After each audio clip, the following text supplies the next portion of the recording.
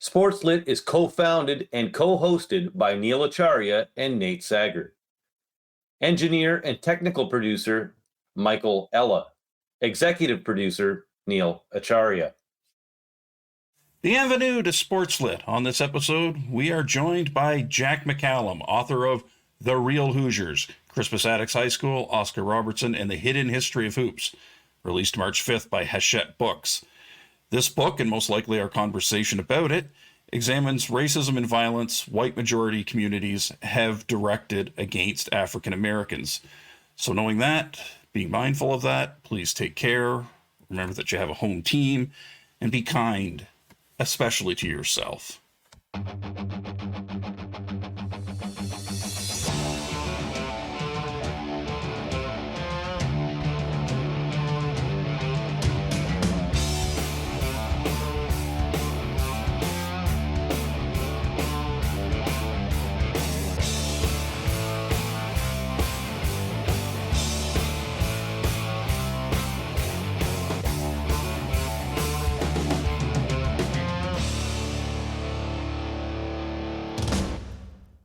It is a good time for us to cover a basketball book on SportsLit, getting some good signals from the universe, because during our prep period for this, out in the wider world, LeBron James scored his 40,000th NBA point. Caitlin Clark passed Pistol Pete Maravich for the NCAA all-time scoring record after also surpassing Lynette Woodward and Kelsey Plum's career records in the last few weeks. And there's renewed talk about a Toronto WNBA expansion franchise. So I knew nothing of the Crispus Attucks Tigers and Oscar Robertson or their place in basketball history and the civil rights movement before we saw that Jack McCallum was bringing out The Real Hoosiers. All I knew was that famous 1954 Milan High team, the inspiration of the movie Hoosiers, did beat Attucks in the state tournament. But their star Bobby Plump has always reminded people, hey, Oscar Robertson was just a sophomore that year, and Attucks went on to win back-to-back state titles after that. So this question is best saved for Jack McCallum, but as a reader, what I took away was this is really a story about hoops and the harms to convert a basketball cliche. It really gets into how a politics of control upstream becomes a politics of glory downstream. But I am known to over-intellectualize sports. But firstly, we sort of need to warm up by explaining why I am so giddy to talk basketball history with Jack McCallum. This is his 12th book, and if you picked up Sports Illustrated in the 90s and 00s, and the Chicago Bulls or the San Antonio Spurs were on the cover, chances are McCallum wrote that article. His dozen books include The Prostate Monologues about his battle with prostate cancer, as well as a book about the founder of the Benihana restaurant chain. My library includes two of his basketball books, Golden Days, which link the early 1970s Jerry West, Wilt Chamberlain, LA Lakers, and the dynastic Steph Curry-led Golden State Warriors. There's also 7 Seconds or Less, when he had a up-close and personal bench seat for an entire season with the Steve Nash-era Phoenix Suns. And of course, I think his big seller was Dream Team, because he was one of the media corps following around those NBA megastars, Jordan, Bird, Magic, around at Barcelona in 1992. And of course, not Isaiah Thomas. Refer to our episode with Rich Cohen for more about that. Now in the book, McCallum mentions how the great Jerry West, who was an Olympic basketball team with Oscar Robertson, has said Oscar should be the logo of the NBA. Now let's be clear, The Real Hoosiers is not about a chapter in the life of basketball legend Oscar Robertson. It is just a great basketball and, I guess, social history story since, this is Indiana high school basketball. To know Indiana is to know their passion for the hoops. This is a small state, and it's produced two all-time greats, Robertson and Larry Bird. John Wooden was from Indiana, the famous UCLA coach from the 70s. There was that, I guess you could call it a lawful evil that was the cult of Bob Knight. There goes on to, WNBA stars such as Katie Douglas and Skylar Diggins. Indianapolis is actually the smallest market that has both NBA and WNBA teams, with the Pacers and the Fever. For whatever reason, in Indiana, they started hooping in the 1890s, shortly after Dr. James Naismith, Canadian, introduced the game to his phys ed students in December 1891. When automobiles came into wide usage, that made it easier to get around and play games between different towns. This is, decades before TV, airplane travel, and the NBA and college basketball becoming big time. So Indiana's high school championship, it had that mystique, and it kind of lives forever with the aforementioned 1986 movie Hoosiers.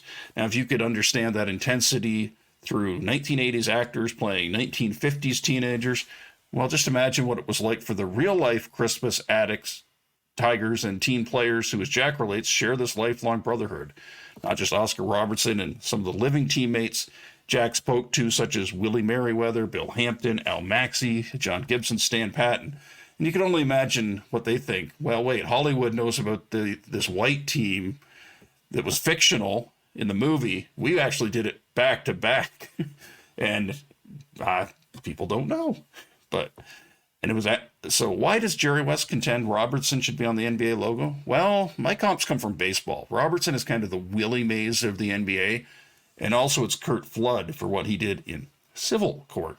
But the central setting for McCallum, let's keep it here for a second, is the Crispus Attucks high school community. Robertson and the Tigers were actually the first black high school team to win a state title in basketball anywhere in the U.S., let alone the state where it really had the most emotional weight. They accomplished great things, and McCallum explains that what other graduates of the school have gone on to do in all walks of life. But there is no rationalizing away that it was a creation of segregation. By the sunset years of his life, Ray Crow, the Attucks coach in Robertson's day, he viewed the school as, quote, a sick social experiment. You see, a reaction to the Great Migration in the 1920s, and we've covered the Great Migration in other episodes, like the one with Howard Bryan on the Ricky Henderson book, or episode with Spencer Haywood a few years ago. The reaction to the Great Migration in the 1920s was that the Ku Klux Klan, other bad faith actors, they found a certain fear-based receptiveness to segregation. And while Indiana is not a southern state strictly, it was not part of, Jim Crow 1.0 in the South, there were guardrails put down about how children learned and played and who they did it with. So Robertson, born in 1938, and Oscar Robertson's still around at age 85, he and his Tigers teammates, they came up in what McCallum calls, quote, a bewildering and openly racist big city educational system, unquote. Also in 2014, the Indianapolis Star stated that Attucks, quote, was built to fail, a political move to segregate the city's African-American students, unquote. And of course, as we see, the school did not fail in many aspects. But that does get into something universal. Politics of control, whatever you want to call it, tribalism, triumphalism, totalitarianism. It can flourish miserably if we give in to fear. And you see evidence of that in the present, I think, behind, the threats to schools and libraries and to individuals' rights to receive certain forms of medically necessary health care. But again, we are supposed to be a podcast for sports fans who read. McCallum has this great first chapter in the book that walks us through the history of the school. Now, if you apply defensive principles from basketball when you're setting up a press, it's almost like that's the false influence. You get the reader going in one direction and then spring the trap. And that's why we read histories like Jack's. Okay, shut up, Nate, and drivel about basketball. So, you know the romantic ideal of the Indiana high school tournament, a single class, one title every year, one shot at forever, to borrow from another good book that one of Jack's Sports Illustrated colleagues, Chris Ballard, wrote a few years ago. But that idea in the early days, it only existed on white paper. Teams from black high schools, such as Crispus Attucks, and Catholic schools, they at first were barred from participating until the 1940s. It took years of work to take down that barrier. But like the song says, nothing worth having comes without some kind of fight. Well, I just quoted Bruce Cockburn lyrics. Yeah, I'm white. But when the Oscar Robertson and the Tigers rose up and won their 2 championships, McCallum writes it had been only a little over a decade since black schools had finally been allowed to play ... Here they were winning it all. That's a shock event. That's a catalytic thing. And in the history of the Indiana tournament, it was actually the first time a team from the city of Indianapolis had won. So, yeah, there were white residents who were pretty excited. There were others who saw them as a threat, and because it was, blocking, the glory road for their sons and brothers and nephews. And that brought out ugliness in some people. Oscar Robertson had threats on his safety as a teenager. That does something to you. That stays in your system for life. There's evidence of that. So why was this kind of story kind of hidden? That's, again, a question for the guest. As a reader, it made me reflect on whose truth wins out. Do we go for the popularized version, or do we go for the deep dive of historical research if we want to revisit a topic we touched on with Jacob Pomrenke 2 episodes ago? One of the blurbs for the Real Hoosiers calls it, quote, exhaustingly excavating. Now, as the son of a carpenter, I get the picture of the big muddy hole dug at the start of a construction project and being worried at what the big dig might hit. It's tough to confront. It's tough to remember that and come to terms with the fact that we, royal we, editorial we, violently abused, a cultural group. It would uncover that some of our forebears were on the wrong side of history, and you or I just as easily could have too if we had been in that spot and put our comfort ahead of principles and fairness and given into our fears. Being humble enough to admit that, isn't that the foundation for a house of halfway intellectually honest conversations? So again, I'll find out what Jack means by hidden history of hoops. Something that informed my understanding and enjoyment of the book got yoinked from the Steven Soderbergh film High Flying Bird, and a conscience of the film, secondary character played by Bill Duke, who's known only as Spencer, whom I kind of see as a stand-in for Spencer Haywood, the Hall of Fame forward who came on the show back in 2021, season 5, episode 2. So in the movie High Flying Bird, if you haven't seen it, it's worth checking out. Ray Burke is a sports agent who's trying to engineer an end to a long-running pro sports lockout. And he's chatting with Spencer, and Spencer reminds Ray, who's played by Andre Holland, who runs the game. Just because the NBA is the WNBA have so much diversity among the athletes, coaches, front office, and on-camera talent, that doesn't mean there isn't that billionaire level of C-suiters. And Spencer reminds Ray, the NBA got organized since white promoters of white basketball teams were reacting to the Harlem Globetrotters going international, the showmanship. And he says in this sort of soft, firm voice, they wanted the control of a game that we play better. They invented a game on top of a game. And then he says to Ray, so the question is, what are you going to do? So that movie was prescient because it came out a year before the NBA and WN players knew what they had to do and walked off the job in August 2020 after a police shooting that came soon after the police murder of George Floyd. And it kind of also maybe predicted the Hollywood strikes in 2023. So it was using Netflix to call out Netflix. Imagine that. I mean, Oscar Robertson, he was a guy who also knew what he had to do on the floor, in life, as a business-minded athlete. I mean, this was a guy who was once a living donor to his daughter. Now, he retired as an NBA player over 50 years ago. Well, 1974, exactly 50 years ago. Just to flesh out that cross-sport comparison I made, like Willie Mays, all the fancy stats and eye tests from that era affirm that Oscar Robertson was on another level. He could see all, and he had all the tools and the tricks of his trade to handle whatever the game threw at him. As a scorer in college, he actually set a career record for everyone to come. Those names I rhymed off the top. Maravich, Woodard, Plum, Clark. As a pro, he was the NBA career assist leader for 2 entire decades. Claimed the record toward the end of the 60s, and I think it took until about 1990 for Magic Johnson to pass him. He's the only player in the top 15 in career assists whose playing days predate Magic Johnson's arrival in the league, because Magic Johnson and Isaiah Thomas, they made the assist cool and perhaps convinced statisticians to give out more of them. Now, imagine if back in 1970 it had been Willie Mays rather than Curt Flood who balked at being traded and took Major League Baseball to civil court after he was not given a say in where he got to play baseball. That's similar to what Robertson did at a time when the mass culture didn't really treat sports as a business or view athletes as business people. Robertson believed sports would only grow if the players were compensated better. Professionalization would improve the product because athletes wouldn't have to work off-season jobs. They would take their training more seriously.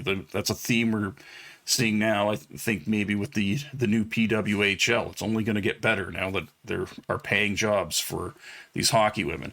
So back in this day, the NBA was facing a threat from the upstart American Basketball Association, the league that Will Ferrell mined for his movie Semi-Pro. There was talk of a merger that would save money, keep the salaries down. But no, Robertson took the NBA to antitrust city to stop that merger that would have suppressed the labor market for the ball players. And the NBA tried to go through the United States Senate to get an exemption from antitrust law. And Robertson just backed them down with his testimony, and the players got paid. So, bringing back our friend Spencer from High Flying Bird, he beat him at the game on top of the game, eh? Now, it's not like he's been erased because he's someone who challenged the system. He's just not as celebrated. I've heard McCallum on some of his other media appearances to promote the Real Hoosiers point out some of that's Robertson being a little withdrawn. He's protecting himself maybe a bit because he's been bent, just not broken. It doesn't also help, the collective memory of Robertson that he played his first 10 seasons with the Cincinnati Royals, a franchise whose identity was wiped from the NBA in 1972. The team moved to Kansas City, and no, they didn't switch to baseball. The Kansas City Royals baseball team was already there, so they became the Kansas City Omaha Kings, and the Kansas City Kings, and then the Sacramento Kings. They do have his jersey up there, but it's not in the city where he played. Robertson never played for a big market legacy team such as the Lakers or Celtics, which sort of helps you stick around in memory. Now, one way that he stays current in this era is through being a character in the NBA 2K video game. Actually, I had a lot of writer's block in terms of coming up with this intro, and I started asking people, just over Messenger, what do you know about Oscar Robertson? And some didn't know much about him. But one dude from back home, Tim Arnold, you can follow him on Twitter at @ThePuckDude. He knew all about Oscar Robertson, and I've felt, oh, okay, great, we're on the right track. His 10-year-old twin sons, Felix and Ben, love the NBA 2K game, using the historic players. And that was a spur for, fathers and sons to sort of read up a little on Oscar Robertson and his place in the story of basketball. Now, in the Real Hoosiers, McCallum gives you a sense that 1950s Indianapolis and the state of Indiana, that was the small town Robertson had to leave. Now, ironically, since he filed suit to stop the NBA ABA merger and the Indiana Pacers were in that upstart league, he might have actually bought time for Indianapolis to show it could be big league, because the Pacers were one of the teams that got into the merger after the suit was finally settled in 1976. But long before all that, way back when, basketball was not just a playground. It was a bit of a cultural battleground, and that's what this book is about. Now, for us, a big basketball book set in Indiana, that's a good segue from our last episode. Morgan Campbell, of course, was just here about his absolute heater of a memoir, My Fighting Family. Now, the south side of Chicago, where Campbell's dad came up, is just about a 3-hour drive from Crispus Attucks High School and the old, stamping ground of Oscar Robertson and teammates with names like Merriweather, Gibson, Maxey, and Hampton. 3 hours, that gives you a slew of time to listen to about 3 of the episodes that Neil Acharya and I have made over the last 6 years. Reminder, you can scroll through all our catalog, find links to buy any of the books at sportslit.ca. Also follow SportsLit Pod on Twitter. And without further ado, momentarily, Jack McCallum will be here to discuss The Real Hoosiers.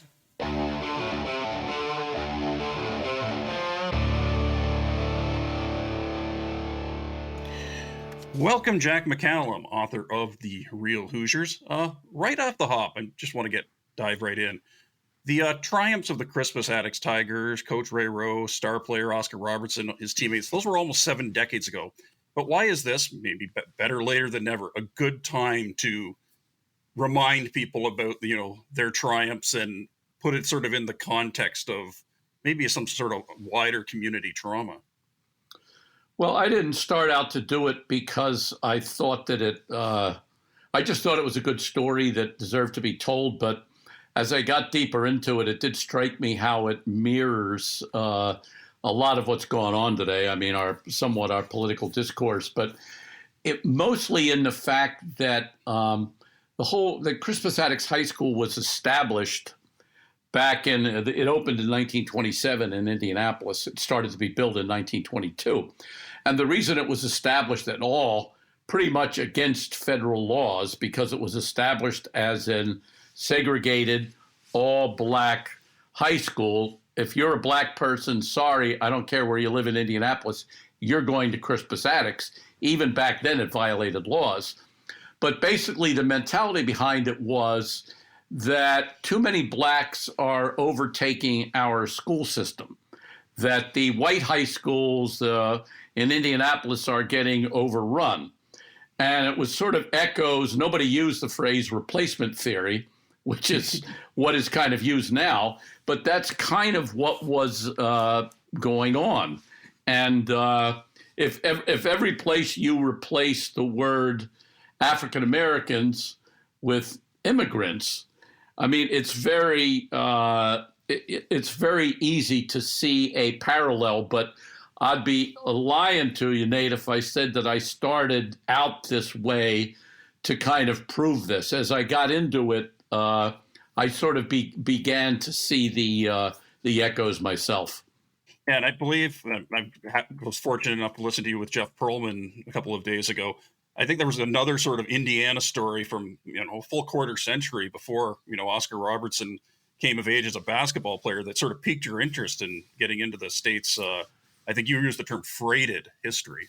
Yeah, I can't remember how I heard about it, but I became fascinated with this story this in Marion, Indiana, which is another basketball hotbed like the type of town that you see, a little bit bigger than the one in Hoosiers. But in 1926, they won the Indiana State Championship, and they celebrated, as small towns are wont to do, at the town square. The sort of thing at the park, right in the middle of everything. And everybody in the town was there, and I would have been there too if I would have been a Marion resident. But 4 years later, in that same town square, they had this horrible lynching. They first strung up 3 African-American men. It turned out to be 2. That's a whole long story of what happened to the third one. But and it was sort of celebrated in a civic manner by the same people at the same place where they had celebrated this state basketball victory 4 years earlier. And I became kind of just fascinated with how this happened. And I began to, research that book. I went to Marion, spent a couple days in Marion and looked at everything. But when I got done, I wasn't done the research, but when I had done my preliminary, it just seemed like such an ugly book that I couldn't find anything redeeming about it. And I worried also that as a white author, I was going to now explain, racism in America to legions of black folks who may not have known the story. And a lot of people don't know the story. Most people don't know the story. And it just seemed, like the wrong book. And people agreed with me around me. My son, who's a writer, kind of agreed with me. My agent sort of agreed with me. And in the process of looking at Marion, I had come across a million other things. And one of them was the Crispus Attucks story, which is not completely unknown, but I felt there were a lot of dimensions to it that I could tell it. And it was much more of a well-rounded, I don't want to say, it's certainly not a feel-good story in every way, but it has a lot more texture to it and a lot more fits my wheelhouse as someone who covered basketball and certainly watched Oscar play. I'm 10 years younger than Oscar. I did not cover him as a journalist, but I have dealt with him, and it just seemed like better territory for me. Yeah, and to what extent is this really about just coming to a reckoning with history, like, and the fact that, as you and I are both, white men, you sort of have to face the fact, if I'd been there, I don't know if I would have made the the decision that would have aged well, if you get the drift. Yeah, you always think that, and you think back. I'm a lot closer to Oscar's age than you are, and so I had some of these same things. I was born in New Jersey, played basketball in New Jersey, played high school basketball, and was born in a small town in South Jersey, which, don't get me wrong, that's not South Carolina, but still, the Mason-Dixon line played a lot along with New Jersey. There was a lot of Southern sympathy in New Jersey. Anyway, I grew up in this small town, and by sort of luck, the town, which was very small and very white, the school district also included all the surrounding areas, the suburbs, which then were all African-American, Hispanic, a poor Jews population. So there was this United Nations of people that I went to school with all the way through, starting in 1954, 55. So that's how I kind of grew up. And I often reflect back on, had I been brought up and played sports in a more segregated manner, would I be looking at things differently? But I can somehow, through the luck of the draw, proclaim, that I grew up in a racially mixed school. I grew up in a racially mixed high school. And I think lessons that you don't even realize come from that kind of background. And you do start, I've thought of them when you cover basketball, as I did for many years. Race is always a little bit of a subtext, cultural subtext. You're always touching on it. I covered the NBA at a time when, you're marketing black superstars to a white corporate audience. So there's always that tension. And I think the way I grew up, without even really thinking much about it, certainly figured into a lot of the way I wrote as a journalist, and certainly with this book, The Real Hoosiers. Yeah, and I'm sort of going to save Oscar Robertson question. I was going to get a mental sticky note about sort of when to ask about Oscar, but I guess that sort of leads into something. You at times make comment on how the newspaper coverage would make note of just the movements of Crispus Attucks players, and how does that sort of feed into the hidden history of hoops that is the subtitle of this book? Well, the new is always mysterious. And I remember, I bet if you went back, and I don't want anybody to do this, but to go back to my prose, my PROSE, when we were first discovering European players, not discovering them, but trying to figure out their place in the game. And I would wager that myself and 100 other journalists looked a little bit stupid once in a while because we were trying to figure out, Sharonis Marciulionis looks new to us. He looks kind of different. And I went through this back in the 80s when the game was just becoming Europeanized. So now you go back 30, 40 years, and there were people suddenly coming to basketball games in Indiana that had not only never seen a African-American play basketball, they had never seen an African-American. So Oscar talks about in his book, and we'll get to Oscar and what he was or wasn't in this book, but Oscar has this memorable quote that a lot of people thought African Americans grew tails after midnight. Yeah. That is what you were dealing with. So to come upon this suddenly, this team that not only has a black player, they got 12 of them. And they have 2 black coaches, and they have 8 black cheerleaders, and they have 800 black fans following them. It was just a complete and utter existential, to use the phrase of today, an existential sea change for a lot of people watching Attucks. And there's both, there's both drama and there's both kind of comedy in it also. I mean, it sounds ridiculous, but people seeing something new for the first time, it was really something special in the state of Indiana, for sure.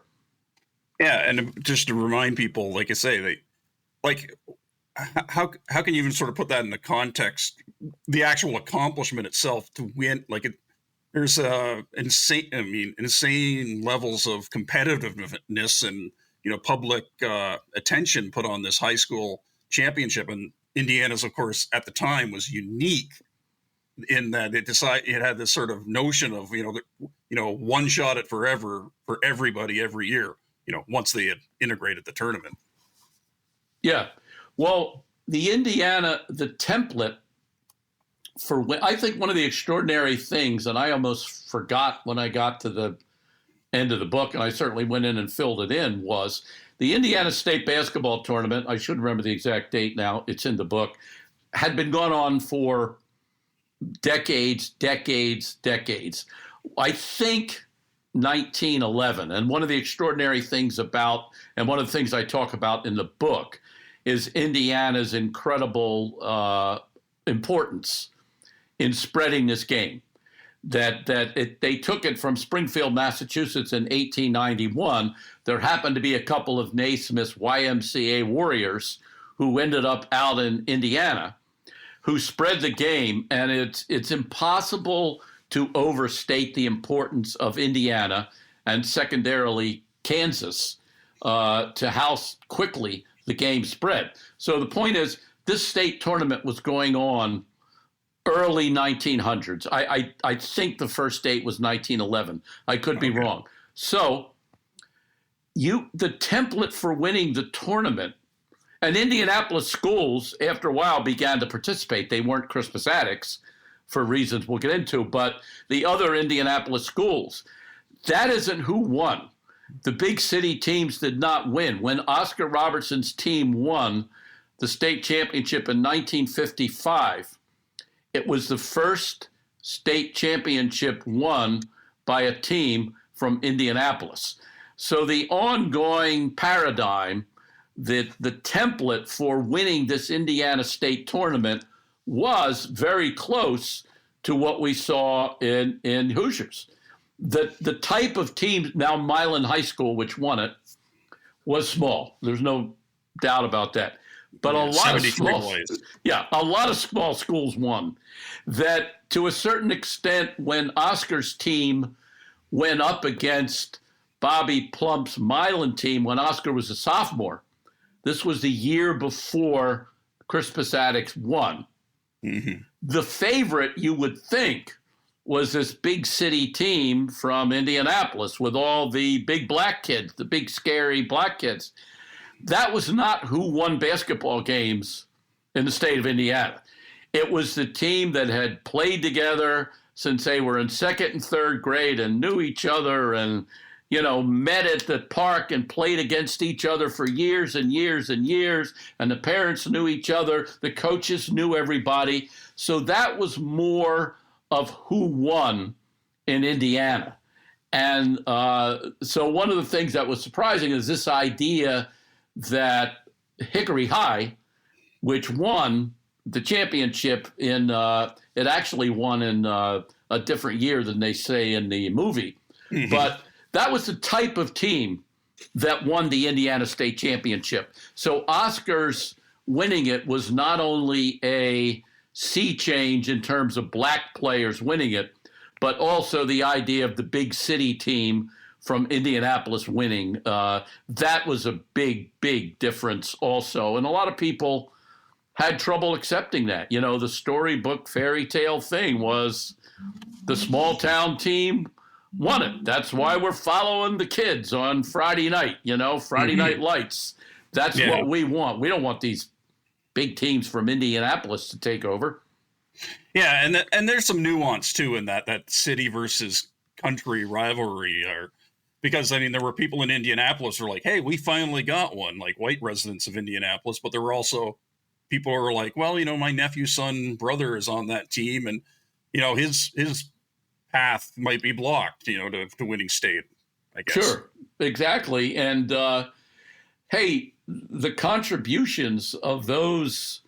That way that Indiana started, the Larry Bird, Steve Alford, lineage of players was a real thing, and Bobby Plump, who was the star of Milan High School, vaguely represented in the movie Hoosiers, he was a great player that. You can't forget the country white jump shooters that came out of Indiana. They were a real thing and made a real contribution to the game for many, many, many decades. Yes, and I'm still having a flashback to the 1987 Final Four, being a 10-year-old kid staying up to watch Syracuse since, I grew up 2.5 hours from there in rural Eastern Ontario. Yeah, Keith Smart. Yes, that name Smart has been following me around through my basketball fandom. If you've ever heard of the program at Carleton up in Ottawa, so yeah. But I did want to. I think that sort of thing was the reason I knew of Oscar Robertson and Crispus Attucks was because Bobby Plump was always like, "Well, we got to face Oscar when he was only a sophomore." So Oscar Robertson, like, just for people who didn't see him play, like, just the obvious question is obvious. Like, who's his closest comp in the NBA today? Boy, that is a good question, because when I think of, Oscar, I said in the book that here's a very complicated man whose name is on the lawsuit that basically opened up free agency in the NBA. It's Oscar Robertson versus the NBA when he was president of the Players Union. Oscar fought a lot of battles. Very complex man. Grew up very hard, tough, does not suffer fools gladly, does not cooperate easily, is not a put his arm around you, pat you on the back type of guy, has sort of been, first of all, he was reduced to one letter. He was the big O. And then he got reduced just to a number, the triple-double number, which obviously, if you're talking about Oscar as a player, you have to start there. But that's not really where I start. Oscar, to me, is the ultimate guy who controlled the game. If you somehow got the 30, 40 immortals out there at once, is LeBron better than Oscar? Yes. Is Michael better than Oscar? Yes. You could argue, was Jerry West as good or better than Oscar? You could certainly make that argument. But I will guarantee you one thing. If you were grouping up guys on the playground and you had them all mythically there together, Oscar's taking that damn ball. That's the way that it was. Oscar ran. Ray Crow, his coach, who had died, I didn't interview him, but a quote that stuck with me was, Ray Crow says, Oscar, he just ran the game. He just ran the game. That's what he did. And so I can't think of when I'm thinking of a parallel as a player, I have to think of somebody with just this iron will to run everything. And I guess it goes to Magic. Different personality. Magic did it with exuberance and putting his hand around somebody's shoulder.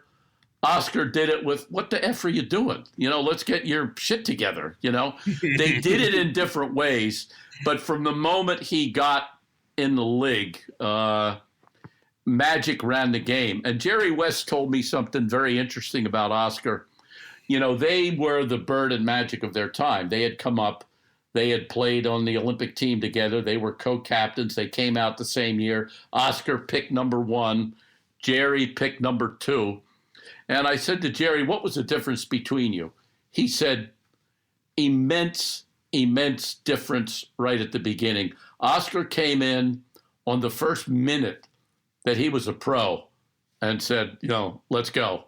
He was ready, and it wasn't just his background as a black kid from the slums. Jerry had a tough background also. Yeah, Jerry had Jerry's background, you could argue, was as bad as Oscar's. It was just this maturation and this feeling for the game from the beginning, and that I own it. And so the two people that I knew the best, like that were Magic and Larry in terms of imposing their will on something. But since Magic had the ball, was out front, was the guy directing, was the point guard, I would probably, that's my long-winded answer to who I would have to compare him to. Yeah, and to put that in context, when Robertson and Jerry West came into the league in 1960, that just didn't happen. It was like being no matter who you were supposed to take a couple of years to sort of learn your place in the game, I think. And West didn't start. Yeah. West didn't start. And I'll tell you, this is now, how many years is this later? 64 years later. 64 years later. Jerry's still pissed about it. He's still pissed. You could get him riled up that I know it's incredible now. It wasn't just college you went into as I don't know whether Jordan's going to start as a freshman. Dean Smith says, back then, you didn't start. And it's funny that is paralleled. I talk about it in the book. It's paralleled back at Crispus Attucks. Oscar shows up there as a sophomore. The coach, Ray Crow, knew his brother, Flap Robertson, who was his older brother. And Oscar writes in his book that, he was scared of getting cut. I wanted Coach Crow to notice me. I was really happy when I made... I can't say that he's making that up and that he doesn't really feel that way. The evidence definitely shows that Ray Crow knew who the hell Oscar Robertson was. But it is a point that Oscar didn't walk into that gym as a sophomore and think, all right, man, give me the ball. That's not the way it was, at least back at Crispus Attucks. Yeah, and now I'm more, I guess when I fall into sports history, I feel a little more comfortable with baseball. I see with Oscar a bit of, when you see that, I think of Iron Will, like when you mentioned that, I think of same era, roughly, Henry Aaron, but then a little, but also there's the Curt Flood aspect of it because with the antitrust case. Yeah, sure. There are very loose comparison. But there's also a stylistic thing. I grew up, Hank Aaron and Clemente were my two heroes growing up in baseball. I don't think there's anybody ever, all things considered, as good as Hank Aaron, considering what he went through. But I think the comparison is apt because I think stylistically, Robertson was Hank Aaron. Little more no-nonsensy, a little more let's just get it done. He wasn't Willie Mays. He wasn't bucket catching it. He wasn't Clemente going in the corner and unleashing some throw all the way to third base. Oscar was like mechanically sound. You know, Okay.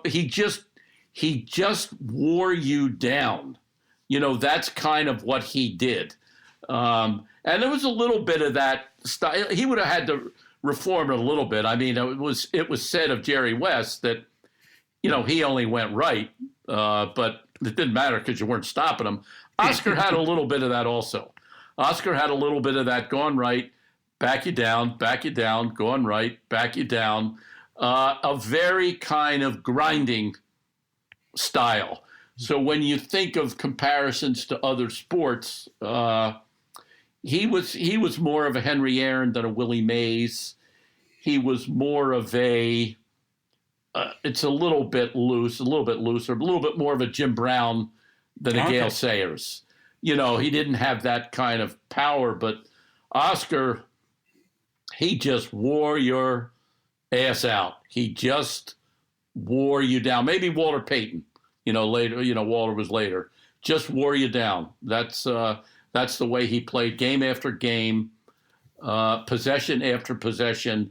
He had the ball. He was going to be the one to call the shots. And I'm glad you correct me, because I was thinking, you know, the way with that description, he saw everything as it was happening. I thought, well, that kind of evoked Willie Mays for me. But again, I didn't see these guys play. Our last guest, Morgan Campbell, will, if he hears it, he'll love the Walter Payton character comparison because he's a Chicago guy. But now Oscar, you know, you've reached out for him for the book, but just from having talked to someone, having dealt with him, having probably had many chats with people who knew him as much as they could, what do you think just drove him to, I think, avoid, you know, easy ways out with his career and life choices? I mean, this is someone who became an organ donor to one of his children, after all. Right. He grew up hard. I mean, and there's a lot in the book about it, as did every single person on his team. This is how they grew up. Oscar never really forgot it. I mean, he was a guy that remembered his slights. And in specifically the Crispus Attucks story, I had dealt with him only a few times. I mean, I always made the comparison that him and Jerry West are so similar. I don't think people understand how much they are practically doppelgangers of each other coming into the league the exact same year. They were Bird and Magic. That's, you know, what they were exactly. And Jerry remained in the game, is still in the game, never really left the game for 60 years. Meanwhile, Oscar is, I'm not going to say alienated from it, but not really drawn into the bosom of the game. Now, is that his fault or is it the NBA's fault? Certainly there is reasons on both sides. But Oscar decided that I'm not forgiving people that did stuff to me. I'm not automatically thinking you're going to be a great guy. So I had dealt with Oscar before for a story, and he's just very suspicious of questions, wonders where you're coming from, wonders what your agenda is. And when I asked him to cooperate, if I could, that I was doing this book, and emailed him a number of times, reached out through a number of other people, and, you know, the answer was always, don't pay any attention to it. And finally it was, I'm not going to cooperate, good luck on your project. I never got an exact reason why, but the subtext is that he is just very leery of someone taking his story away from him. On the other hand, my counter to that is he has a bunch of other people who were involved in the story, his teammates at Crispus Attucks, some of whom are still alive. And in my opinion, Oscar can have his own. In my opinion, had he been more amenable about opening up about this, that they could have gotten more out of it. And Oscar, he's the reason. And the Attucks guys understand this. They understand nobody would give a damn about Crispus Attucks if it wasn't for Oscar. On the other hand, maybe if Oscar would have let some people in, that they could have got more out of this. So they walk a pretty fine line in any kind of discourse they're going to have between the way I look at it and the way Oscar looks at it. They're certainly going to side with the guy that made them immortal. But I know in their heart of hearts that they wish Oscar had been a little more amenable to accepting this publicity that has come very, very much in drips and drabs to this immortal basketball team. And and I think you've pointed out in other appearances, it's rather wild that, Indiana celebrates this, this sort of mythos around the movie Hoosiers rather than this real life, all African American team from the same period. And I guess that brings it around to, since the title of the book references it, we have to talk about Hoosiers. Like it's about I'm 10, 11 years old, probably the first time I saw it. How can the truth of the matter that you've uncover and examine in this book, how can that coexist in the same world as that movie? I think you might have a neat perspective on that. Well, I have a whole chapter in the book. My joke was that to the editor when I was writing it, this will be the only chapter that people will read in the book because it's got to do with the movie. So it's a long story. I interviewed Angelo Pizzo, who wrote the movie and who also wrote Rudy, I'm not going to say close friend, but Angelo and I have known each other for years. I did a story on sports movies for Sports Illustrated long before I thought about the Attucks book. I spent some time with Angelo. I was teaching a class. I invited Angelo to fly from Indiana to talk about Hoosiers and Rudy.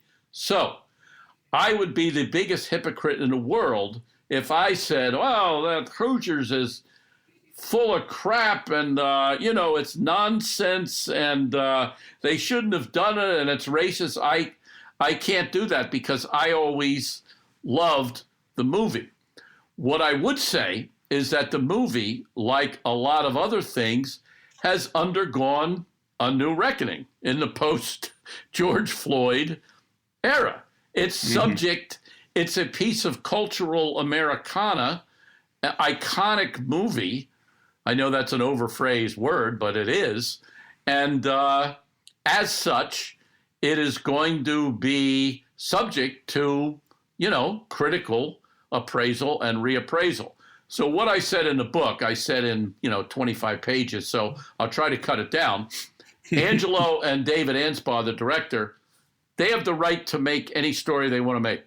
They, after I wrote Dream Team, obviously most, thank God I did. Most people liked it. That'll be on the second sentence of my obit. But some people said to me, why didn't you do the Lithuania story? That's more interesting. They're the real Dream Team. Well, because I didn't, because I did this. This was the story that was at heart to me. That's the guys I covered. That's who I knew.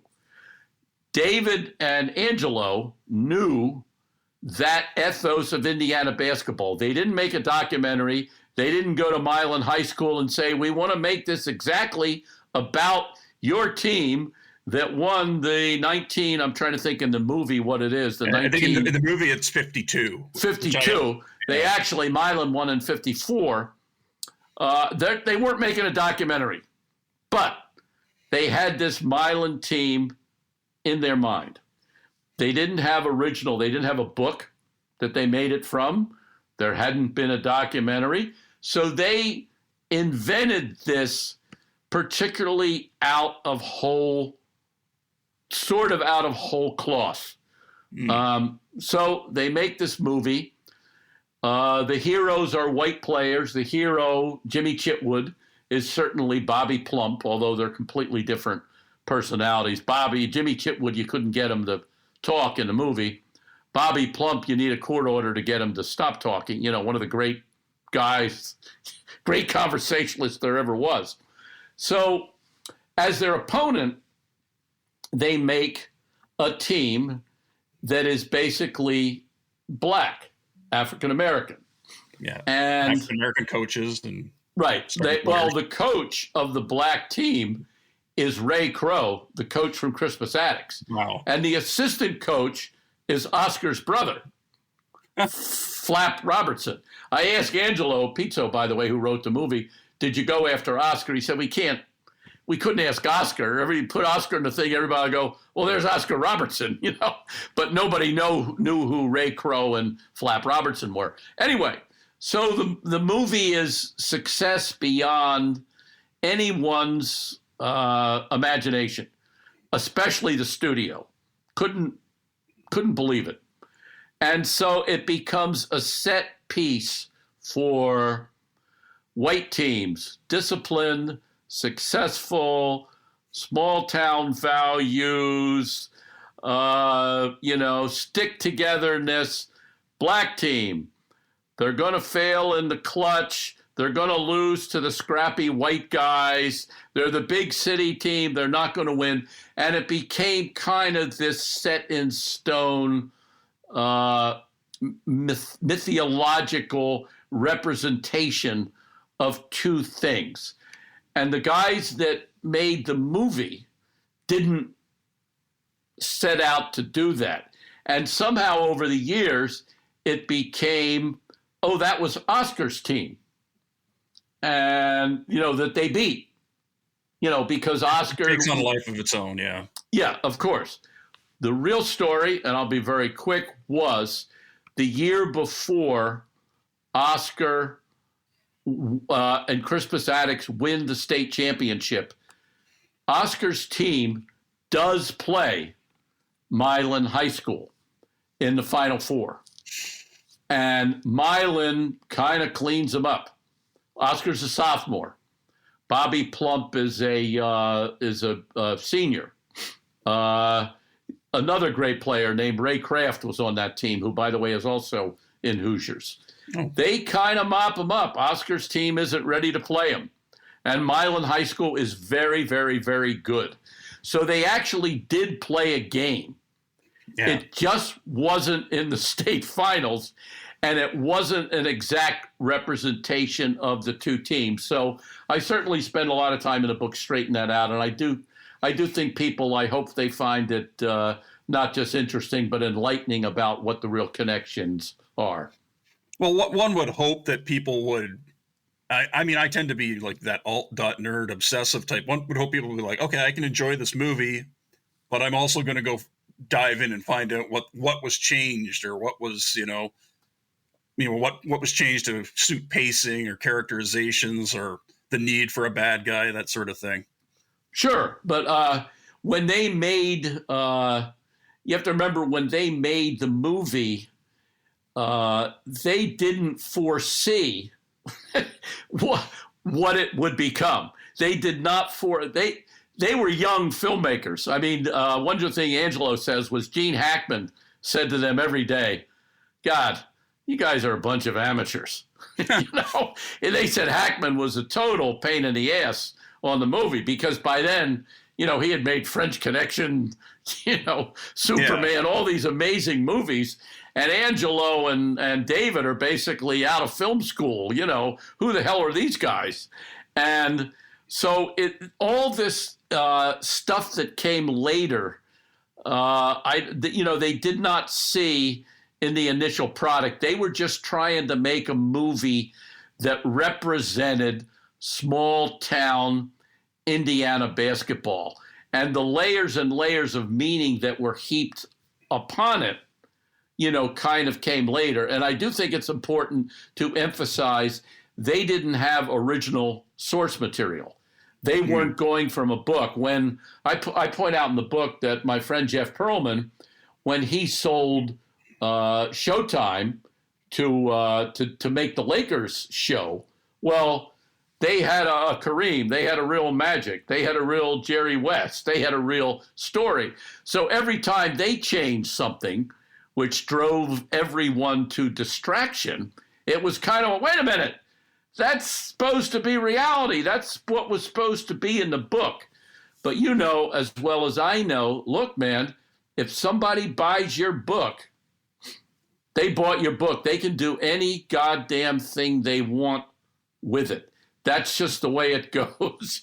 And you're going to have to accept the consequences. That's certainly what happened with Winning Time. But with Hoosiers, the guys that made that, Angelo and David Anspaugh, they did not have that. They did not have that gone. It's really a nebulous thing. I loved Winning Time, but I know they changed. I obviously knew they changed things, and I think in the second season they even started to get a little meta with it. Like Larry Bird really did show up at Indiana State in jeans and school everybody. And I always think of the soccer movie, the novel and movie, The Damned Fever United. Pitch. Fever Pitch. Yeah, well, The Damned United too, as well. It's the one I always think of. Because it took a real life guy and changed things, but Fever Pitch took Nick Hornby's story about English Premier Soccer and turned it into a Jimmy Fallon, comedy. And they talk about something that what I turned in Fever Pitch the first time, and I'm going, this is just amazing. But the only thing left was this kernel of fanaticism about a team. Everything else was, haywire in the thing. But. Yeah. Now, of course, you're meaning the U.S. adaptation, and not the which you had seen that, not having seen the UK movie where it's Colin Firth and he is a soccer fan. Right. Exactly. Yeah. Yeah. I think I saw them both around the same time because like I say, I'm a bit of a nerd like that. Something I did want to. I guess we get to the point is, in the end of the day, whether it's the documentarian or an author on the nonfiction side or the dramatist, I mean, isn't it all at the end of the day just trying to show people reacting to these like cultural pivot points in our society? I guess the way I start out, my son is a professor and writes books, and we always had this kind of argument. We'll call it a dialectic, that he always asks me, well, what's your argument? What's your thesis? And I always say, I'm not smart enough to do that. I'm just trying to find the best way to tell you this story. That's all I can do. That's that's probably the wrong answer. And furthermore, when I get into something, I've finally reached this definition of a nonfiction book that satisfies me, which is a series of interesting digressions built around a central idea. That when I started doing this, it was the story of Crispus Attucks, but I found the evolution of basketball. I found the fact that how it grew along parallel tracks between, there was like a white game that grew up this way, and meanwhile a black game's growing up this way. And sometimes they came together, but usually they didn't. I had the incident in Marion. It happened in 1926 that I talked about before. I shoehorned that into the book. I shoehorned on the same day that Crispus Attucks won its state championship, Bill Russell, same night, won the NCAA championship with the University of San Francisco. He and Casey Jones. I just found that too much of a harmonic convergence to sort of ignore.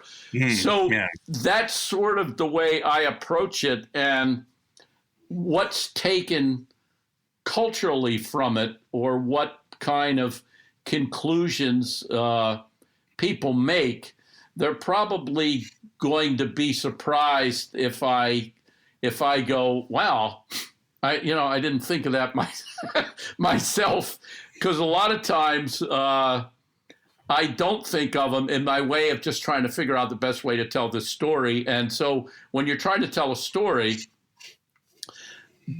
what you need to do is a beginning.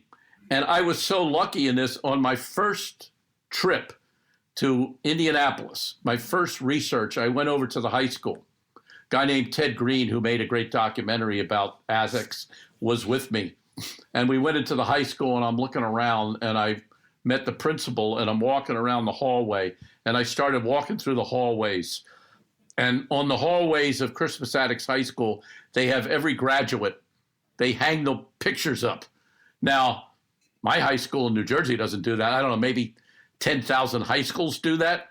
But that sort of moment with these pictures hung up as I'm going through hallway after hallway after hallway, seeing these famous people that graduated from Attucks, musicians, generals, Army people, congressmen, and then I come to the 50s with Oscar and his brother and all these other people. I go, man, I just felt this book kind of. I had the beginning of my story, and a lot of times things will change, but that is the beginning of the story. That's how I made the prologue. So I don't know whether that answers your question. No, but it does, because I loved that chapter, because to me it almost reminded me a phrase I heard in an interview with the old coach, the Texas Western coach from 1966, Don Haskins, talking about someone who taught him when you set up a defensive press, you have to have false influence to make the guard go in one direction. And that was like, okay, this is going to be this great story about this awesome school community. And then you find out,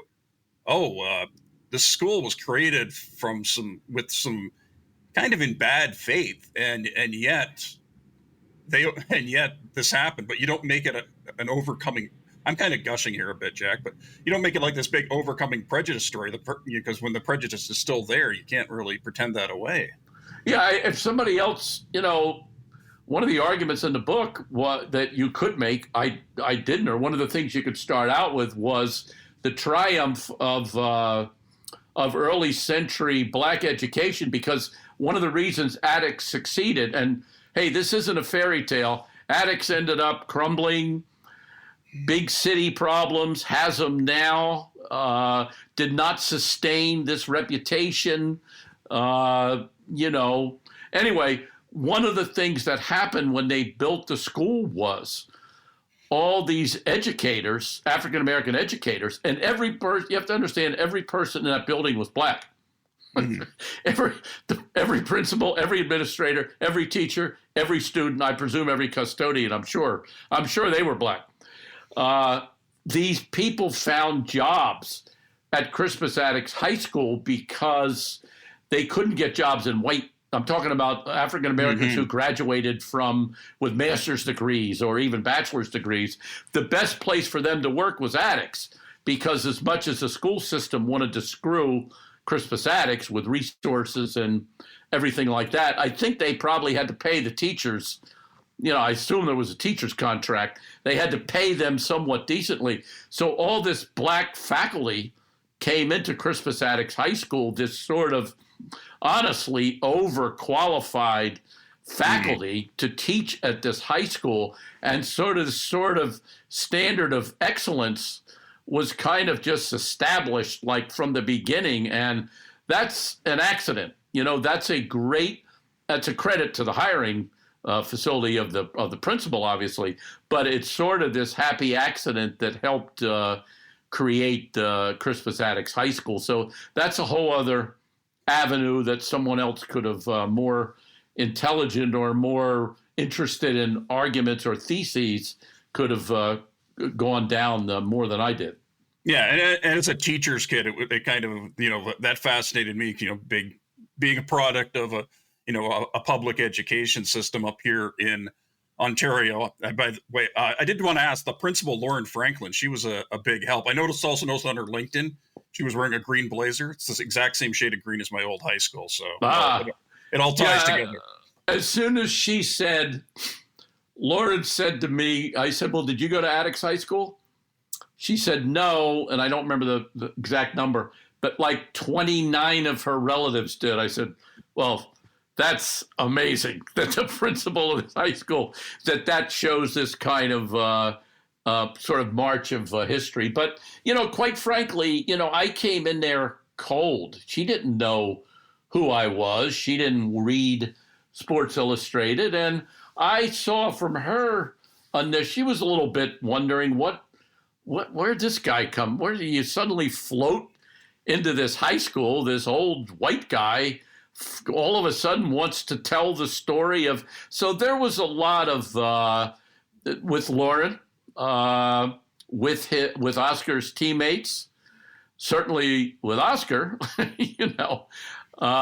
The problem was, which turned out to be, I don't want to say a blessing, but there's a lot of people that have passed on. There's a lot of people you can't talk to. So more than any other book I've done, I did depend on books and resource material and reading old newspapers. And boy, that was so interesting, reading the old Indianapolis Recorder, which was a great African-American newspaper back there, to take an event and see how the Indianapolis Recorder covers it and to see how the Indianapolis News covered it. I mean, that was another path that could really have been explored from a more academic standpoint. Yeah, I mean that's somebody's master's thesis right there, is it not? Yeah. And I did wonder though, when you talked about how the school was built, and I thought, wow, there's a real it sort of ties back to Hoosiers. There's that Goosebumps scene where they walk into the Butler Fieldhouse, and it's kind of meant to make you empathize with them. Here's these small town guys, and they're looking up at look at all those seats. Well, there's a certain irony when it comes with where Oscar Robertson and all of his teammates, where they actually played their quote unquote home games. Yeah, the school was built. It had a gymnasium, but it was more just like there wasn't room to do anything in there. What the hell they did in there, I'm not exactly sure. It's not. I couldn't see the original gymnasium. Then they did play for a while. This is before Oscar, in the auditorium. They have a beautiful auditorium. People built beautiful auditoriums in schools. My auditorium back at my grade school in Little Mays Landing, New Jersey, had a beautiful auditorium. I don't know what it was. This is more for an architectural student, but why people, it was really a grand kind of place. Anyway, they played basketball in there for a while, and you literally fell off the stage when you went out of bounds. So what you're referring to is Attucks had to play all its games away. And the irony became that the reason they didn't have a home gym was the discriminatory policies against black high schools. When they didn't give them the right kind of facilities, they had to play away. Well, what happened was they became so successful that they began playing not just at the opposing high schools, but at Butler Fieldhouse, which was this gem of a building, and who was founded, by the way, by an abolitionist. Ovid Butler founded the college. And so that became Attucks's home gym. And because of Attucks's magnetism, when they got good, it brought all these other schools into playing there against them. So the scene when the Hoosier guys, Hickory High School, walks into Butler and sees this immense field is a great movie scene. I mean, it's fantastic. But I'm guessing by then that a hell of a lot of teams had played in Butler because Oscar Robertson's teams had brought them there. That Attucks had become such a show that and they played the sectionals and the regionals in Butler too. So there was a familiarity with Butler, but that's another thing. Do you say, well, the movie took liberties with, so what? It's a great scene. It should be in the movie. That is exactly what a bunch of hayseeds from Hickory High School, that's exactly how they would have reacted when they got into Butler. And that we should mention for people who maybe aren't, huge, college basketball fans, that the Fieldhouse was built in 1928. So it was about right in between when the Montreal Forum was built and Maple Leaf Gardens in Toronto. And they're still playing there. The Butler Bulldogs, D1 team, still play there today, I believe, right? Yeah. Yeah, well, yeah. And when you go there, it's unbelievable. It's funny that there's as much about, and I can't say I would be any different. When I was there doing the research, it's just 2 years ago now, there was as much in the trophy case at Butler about the movie Hoosiers because of the singular importance of Butler and what happened in real life high school basketball. It's almost like a temple of high school basketball, even though Butler has certainly its own, Brad Stevens, its own great basketball tradition. It's a great place. People should see games there. It's great. Yeah, I mean, I've added it to the bucket list, and which certainly has more items on it than I got buckets in high school. My last question that sort of hangs off of the book itself, Jack, before we sort of go into a sort of what I'm going to call a cool down. But I did see some posts the other day from women in sports, Sarah Spain and Jane McManus saying people are unaware of obstacles that have held back women's sports for centuries. How does your book sort of, also complement that? And just in terms of making people think of, I guess, that politics of who can play and who gets the best chance to show off their, drive and their talents. Yeah, I didn't have I've written enough books that I've already dedicated them to various members of my family. So I actually made the dedication to all those who never got a chance to play. Because I did think a lot in here about, there are thousands and thousands and thousands and thousands of kids who grew up before the 60s who could not play because of the color of their skin. And the reason that Oscar Robertson and his team got to play was the Police Athletic League in Indianapolis built this immortal playground that became known as its big thing in the book. It's called the Dust Bowl. And it's where it actually was not dusty by the time Oscar got there, but, the monikers hang on. And it's where they learned to play, the game. And it's where they sort of became like a unit. And by the time they got to Crispus Attucks High School, they were already established due to this kind of magic playground. And you're reminded once again that somebody a lot of times has to just give you a chance, And I started sports writing at a time in the, my job was started in 1971, that girls' sports were laughed at. And so I was right in that era when things were, had started to change. The college I went to, Milan College, the men's team, which I played on for 1 year but was not good enough to continue, was fantastic. They had 4,000 people. They won the MAC, the Middle Atlantic Conference.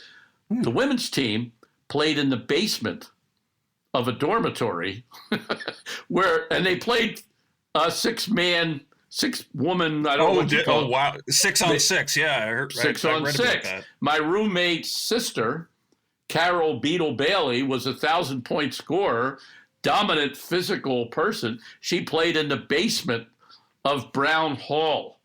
So I've always been reminded, and then back when I was covering high school sports in the 70s, Title IX came along. And it was just, you're reminded again how somebody has to give you a chance. Somebody has to open a door, and I'm not as versed in saying what kind of doors were closed to, and I don't know whether anywhere were closed to Caitlin Clark or, any star of the women's game. I'm not well versed enough to say it, but I can tell you that they are lucky they came along now.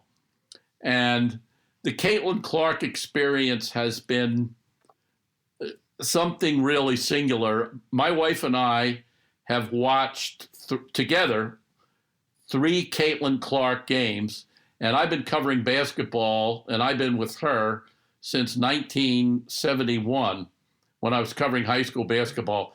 We haven't watched three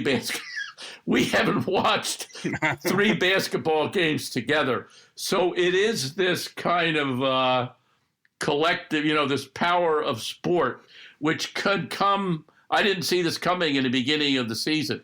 Can come out of anywhere, and it's just been one of the great things to see what she has done. And I'm sure, relating this back to the book, I'm sure there are thousands and thousands of people back in the 50s in Indianapolis, and I know it because Oscar's teammates have told me, and Oscar has written about it, that said to them, hey, I didn't even know blacks could, add 2 and 2 together. And now I've watched you guys for 3 years play basketball and play together and play it with sportsmanship. Their lives, were changed. Their lives were fundamentally changed by watching these guys. And that happens all the time in sports. And it's really special when we can sit back and kind of enumerate the times that those things have happened. Yeah, and that is sort of swinging around to how I wanted to finish it up, because you brought up Caitlin Clark, and I relate that there's sort of this appreciation loop where every time she's passed someone, she's like, well, I'm here because they came first. But I did want to ask, with respect to her, which category is she? Is she a revolutionary player or an evolutionary player? I saw this on your social media feed, and that's a general concept.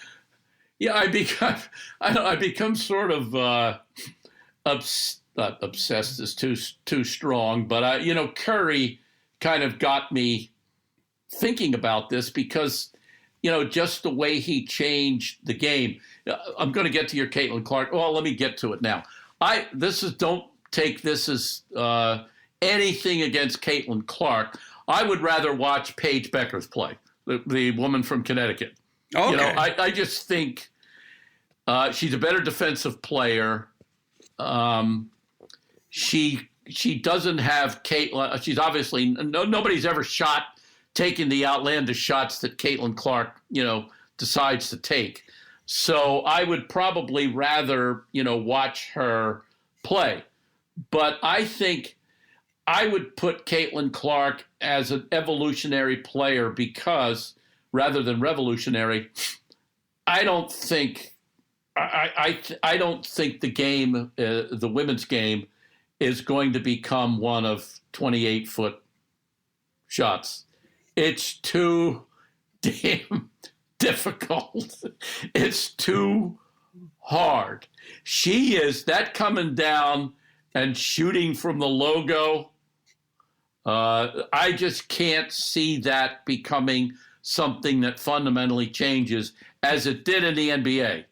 Curry changed it. Lillard changed it. Some other people did it. You now have to guard pick and rolls out 30 feet from the basket. The game centers Shaq. The next pick and roll that Shaq defends will be the first one that he ever defended.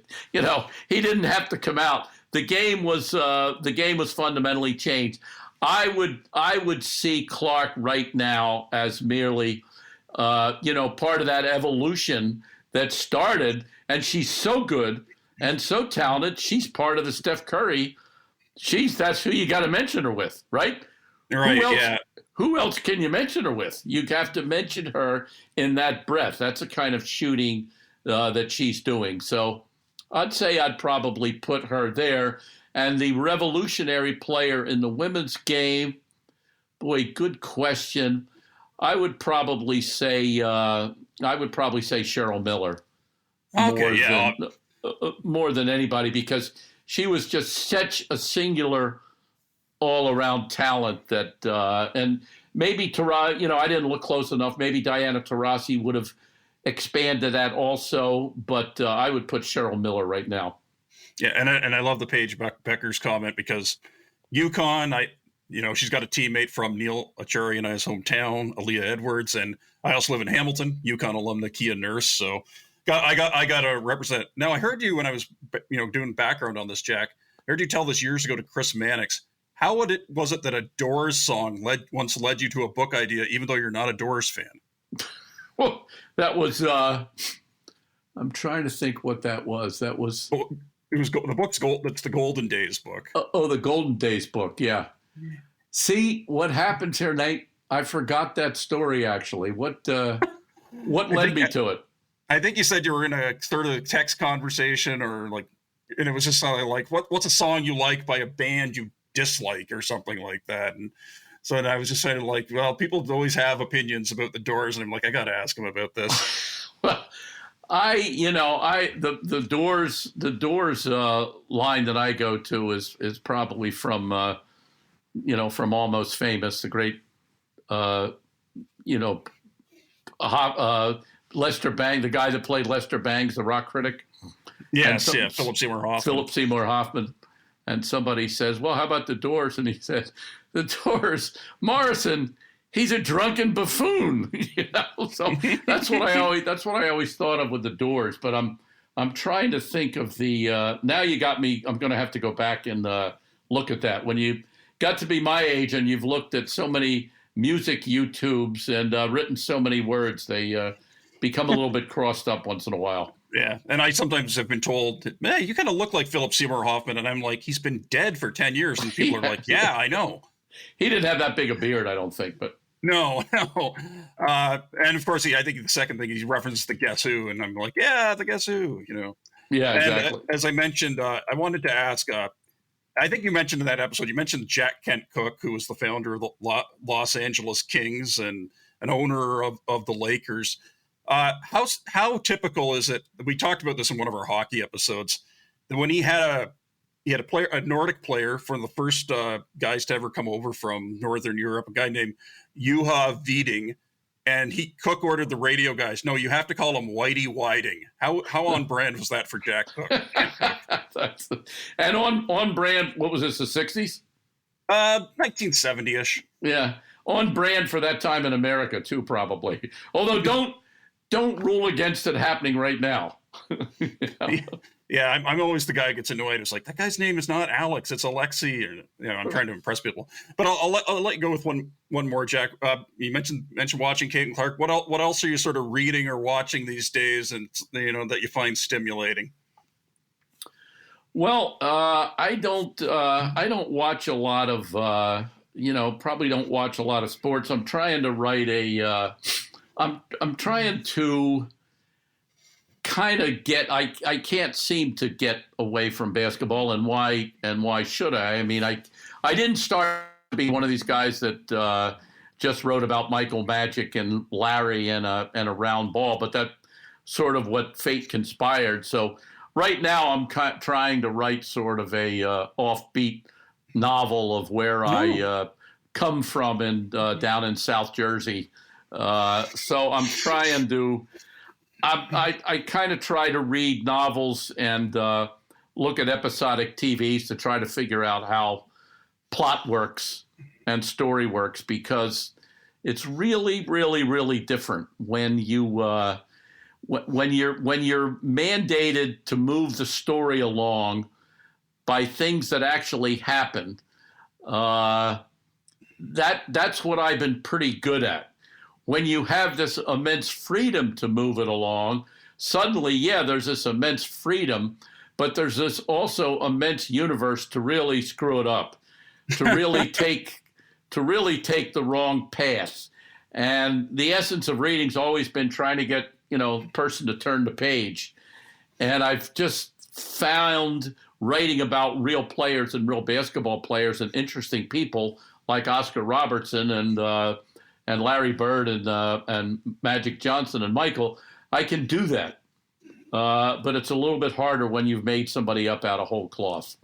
And you've done that so well. And like I said, we definitely have our gratitude for sharing some of that. I think we can probably end here. I just want to, on behalf of Neil Acharya and Michael Ella, our executive producer and technical producer, respectively, thank you so much for your time today, Jack. I appreciate it. Good conversation. Thank you. Yeah. And again, for If you didn't catch it right off the top, the book is The Real Hoosiers, Crispus Attucks High School, Oscar Robertson, and the Hidden History of Hoops by Jack McCallum, released on March 5th of this year by, and I hope I'm pronouncing it correctly, Hachette Press. Very good.